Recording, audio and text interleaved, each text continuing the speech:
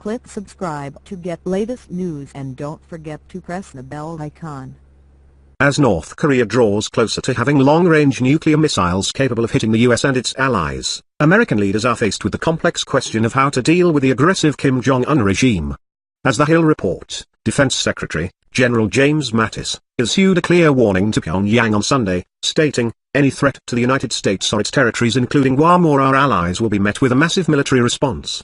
The former Marine Corps general made his remarks outside the White House and spoke in direct response to North Korea's claim earlier that day that it has developed a hydrogen bomb small enough to fit into an intercontinental ballistic missile, ICBM.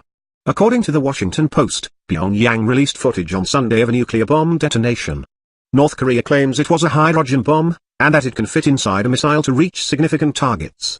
Even if the nuclear device seen in the footage was not a hydrogen bomb, it nevertheless displays greater destructive power than the last weapon the Kim regime tested.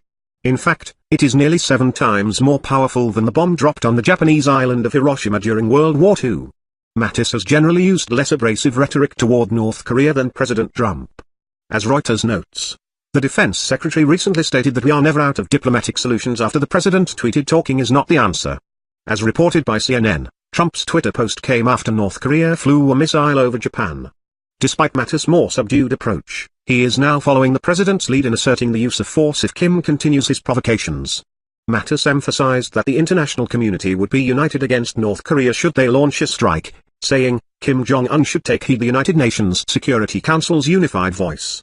All members unanimously agreed on the threat North Korea poses. However, the defense secretary stated that the US does not seek North Korea's destruction.